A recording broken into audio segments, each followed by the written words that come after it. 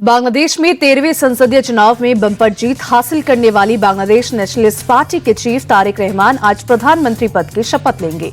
इस बार राष्ट्रपति भवन के बजाय जाटिया संसद भवन के साउथ प्लाजा में तारिक रहमान और उनके मंत्रिमंडल का शपथ ग्रहण समारोह होगा। राष्ट्रपति मोहम्मद शहाबुद्दीन शाम 4 बजे तारिक रहमान सहित मंत्रिमंडल को शपथ दिलाएंगे, जबकि सुबह 10 बजे सभी 297 सांसदों को chief election commissioner AMM Nasir Uddin शपथ दिलाएंगे। तारिक रहमान के शपथ ग्रहण समारोह में भारत की तरफ से लोकसभा स्पीकर ओम बिरला शामिल होंगे। अधिकारियों के मुताबिक शपथ ग्रहण समारोह में देश विदेश के 1200 से ज्यादा मेहमानों को आमंत्रित किया गया है। तारिक रहमान की शपथ से पहले अंतरिम सरकार के नेता मोहम्मद यूनुस ने अपने पद से इस्तीफे का ऐलान कर दिया और कहा कि बांग्लादेश अब कोई दबाव वाला देश नहीं है। दूसरे देशों के साथ उसके संबंध आपसी सम्मान और राष्ट्रीय हित पर आधारित होंगे। पीएम मोदी आज मुंबई में फ्रांस के राष्ट्रपति इमैनुअल मैक्रों से मुलाकात करेंगे। राष्ट्रपति मैक्रों और उनकी पत्नी ब्रिजिट मैक्रों का मुंबई एयरपोर्ट पर राज्यपाल आचार्य देवव्रत और सीएम देवेंद्र फडणवीस ने स्वागत किया।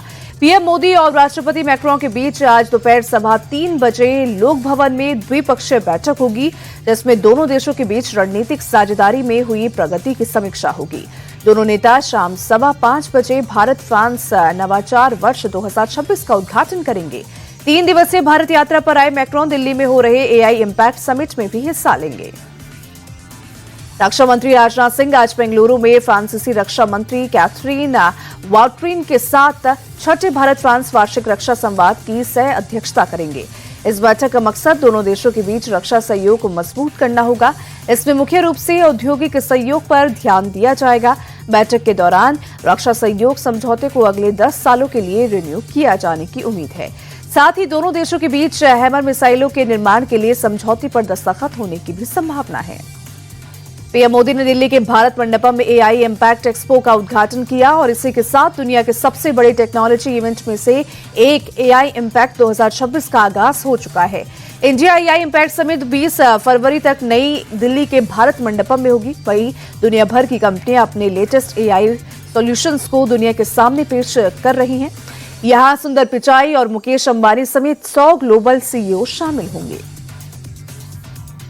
AI इम्पैक्ट एक्सपो में जियो के चेयरमैन आकाश अंबानी ने पीएम मोदी को एक एक कर सारे AI मॉडल सिखाए और बताया कि कैसे आने वाले दिनों में AI के इस्तेमाल से हर सेक्टर को आसान बनाने की राह पर कंपनी काम कर रही है। जियो के AI इकोसिस्टम में जियो AI स्टैक, जियो संस्कृति AI, आरोग्य AI, जियो शिक्षा समेत जियो AI होम को दिखाया गया। जियो AI क्लासरूम के जरिए डिफिकल्ट टॉपिक्स को भी इजी वे में स्टूडेंट्स को समझाया गया। इसका मकसद छात्रों के मन से पढ़ाई के डर को दूर करना और मॉडर्न टेक्नोलॉजी के हिसाब से उनके माइंड को अपडेट करना है। पूर्व राष्ट्रपति रामनाथ कोविंद ने सोमवार को प्रधानमंत्री के नए ऑफिस सेवा तीर्थ में पीएम मोदी से मुलाकात की।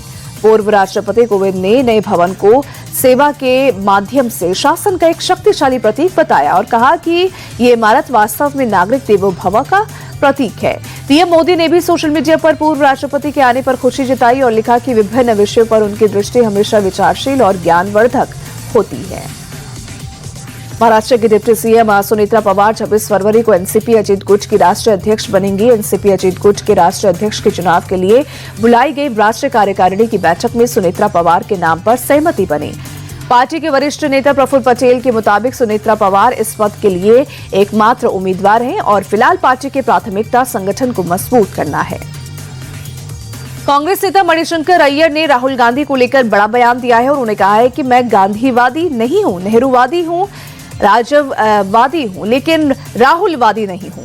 दरअसल मणिशंकर अय्यर के केरल में तीसरी बार लेफ्ट की सरकार बनने के बयान पर कांग्रेस महासचिव केसी वेणुगोपाल और पवन खेड़ा ने उन्हें बाहरी बताया था, जिसके बाद मणिशंकर अय्यर ने खुद को कांग्रेस का मेंबर बताते हुए सीधे राहुल गांधी पर हमला बोल दिया।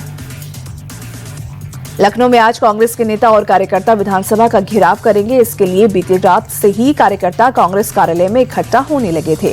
पार्टी की तरफ से सभी तरह की तैयारियां भी की गई। प्रदेश कांग्रेस के अध्यक्ष अजय राय ने जानकारी देते हुए कहा था कि कांग्रेस पार्टी के कार्यकर्ता हजारों की तादाद में सड़कों पर उतरेंगे। अजय राय ने योगी सरकार पर जमकर हमला भी बोला था।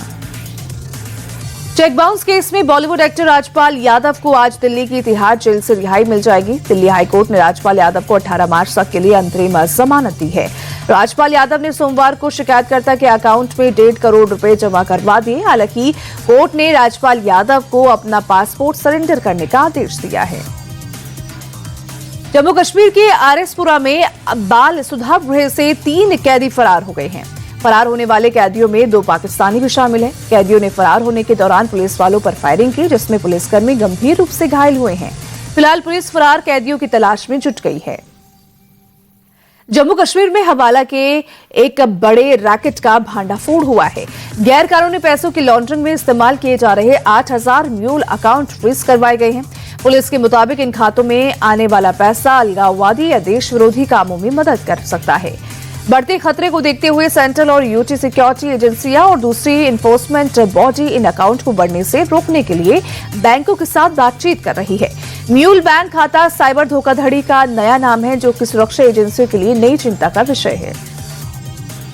दिल्ली के द्वारका इलाके में एक रईसजादे की स्कॉर्पियो से कुचलकर युवक की मौत मामले में मां का दर्द झलका है। उन्होंने इंसाफ की मांग करते हुए कहा कि 23 साल से अकेले बेटे को पाला था और एक रईसजादे की लापरवाही ने उन्हें उनके बेटे को छीन लिया।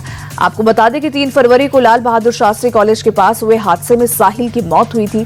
फिलहाल पुलिस मामले की जांच कर रही है। रोहतक में दिल्ली बाईपास पर दिनेश गोगा नाम के एक शख्स की गोली मारकर हत्या कर दी गई। बीती रात अपने एक साथी के साथ पैदल जा रहे दिनेश गोगा पर 2 बाइक पर आए बदमाशों ने ताबड़तोड़ फायरिंग की और फरार हो गए। पुलिस को मौके से गोली के तकरीबन 30 खोखे बरामद हुए हैं। दिनेश गोगा पर कई आपराधिक मामले दर्ज थे। पुलिस गैंगवॉर की आशंका जता रही है। सीसीटीवी फुटेज की मदद से हमलावरों की तलाश की जा रही है। उत्तर प्रदेश के मुजफ्फरनगर में प्रेमी के साथ मिलकर पति की हत्या करने के आरोपी पत्नी और उसके प्रेमी को पुलिस ने गिरफ्तार कर लिया है। मलीरा गांव में हुई हत्या का पुलिस ने 24 घंटे के अंदर पर्दाफाश कर दिया। हत्या में इस्तेमाल हथौड़ा, खून में सने कपड़े और चादर भी बरामद कर लिए गए हैं। आरोपी महिला मीनाक्षी ने कबूल किया है कि उसने 14 फरवरी की रात पति को नींद की गोलियां दी और फिर प्रेमी ने हथौड़े से मारकर उसकी हत्या की। बाद में शव को बाइक पर लादकर गांव के बाहर फेंक दिया। उत्तर प्रदेश के गाजियाबाद में एक मजार को तोड़ने का वीडियो सामने आया है।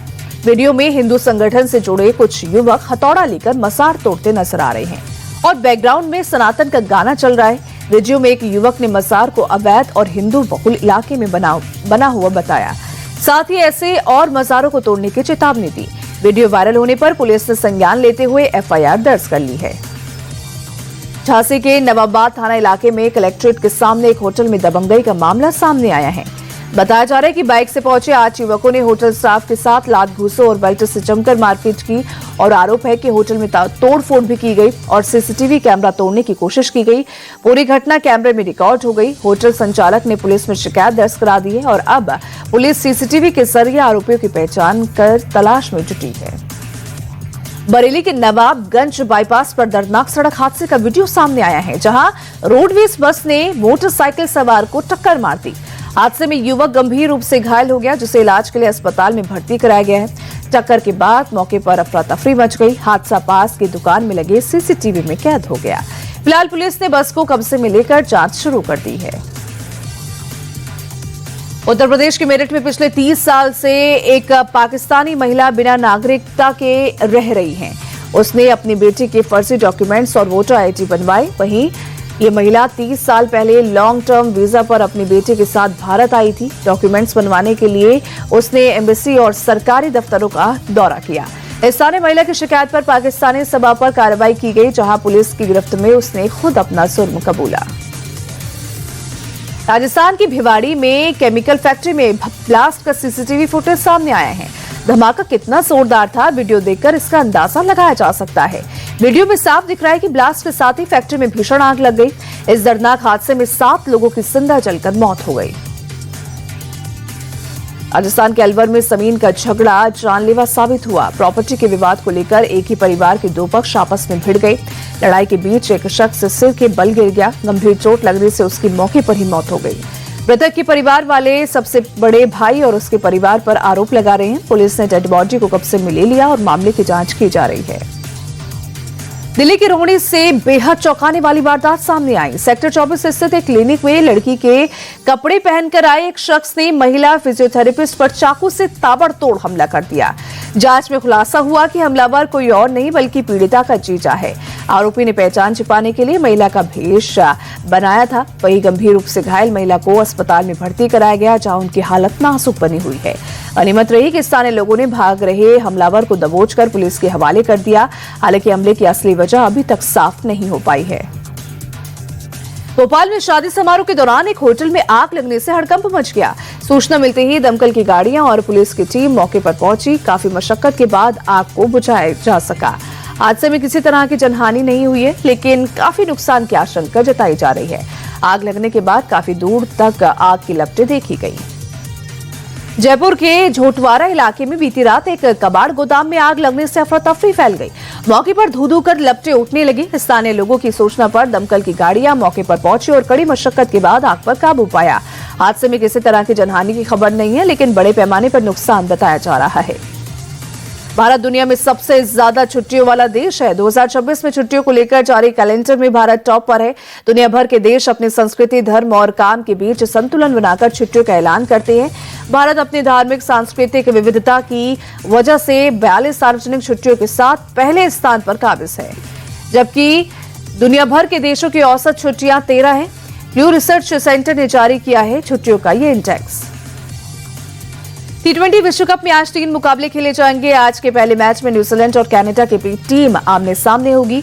चेन्नई में सुबह 11 बजे से खेला जाएगा ये मैच और श्रीलंका के पल्लेकेले में दोपहर 3 बजे से आयरलैंड और जिम्बाब्वे के बीच मैच खेला जाएगा। जिम्बाब्वे के लिए सुपर 8 में बने रहने के लिए मैच जीतना जरूरी है। मुंबई के वानखेड़े में शाम 7 बजे से स्कॉटलैंड और नेपाल की टीम के बीच टक्कर होगी। T20 वर्ल्ड कप में आज ऑस्ट्रेलिया को उलटफेर का सामना करना पड़ सकता है। ऑस्ट्रेलिया के लिए सुपर 8 में बने रहने के लिए जिम्बाब्वे के मैच के रिजल्ट का इंतजार करना होगा। जिम्बाब्वे अगर आज आयरलैंड को हरा देता है तो T20 विश्व कप में थम जाएगा ऑस्ट्रेलिया का सफर। वहीं सुपर 8 में पहुंच जाएगा जिम्बाब्वे। दरअसल 3 मैचों में 2 हार के साथ ऑस्ट्रेलिया की टीम पॉइंट्स टेबल में तीसरे नंबर पर है, जबकि जिम्बाब्वे की टीम 2 मैचों में 2 जीत के साथ दूसरे नंबर पर पहुंच चुकी है। जिम्बाब्वे को अभी 2 मैच खेलने हैं, जबकि ऑस्ट्रेलिया अभी 1 मैच खेलेगा।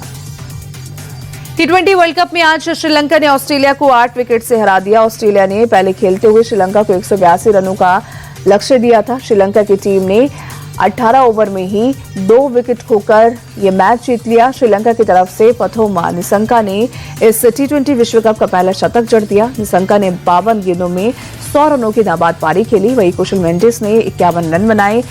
ऑस्ट्रेलिया की तरफ से ट्रेविस हेड ने 56 और मिचेल मार्श ने 54 रनों की पारी खेली। पथोम निसंका को शानदार शतकीय पारी के लिए प्लेयर ऑफ द मैच का अवार्ड भी मिला।